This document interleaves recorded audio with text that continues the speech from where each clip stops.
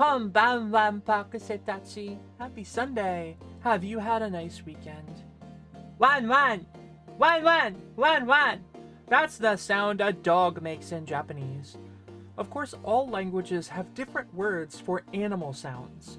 In Japanese, dogs usually go wan wan! Wan wan! At least, usually. We also get a cute slang word for pupper, wan-chan.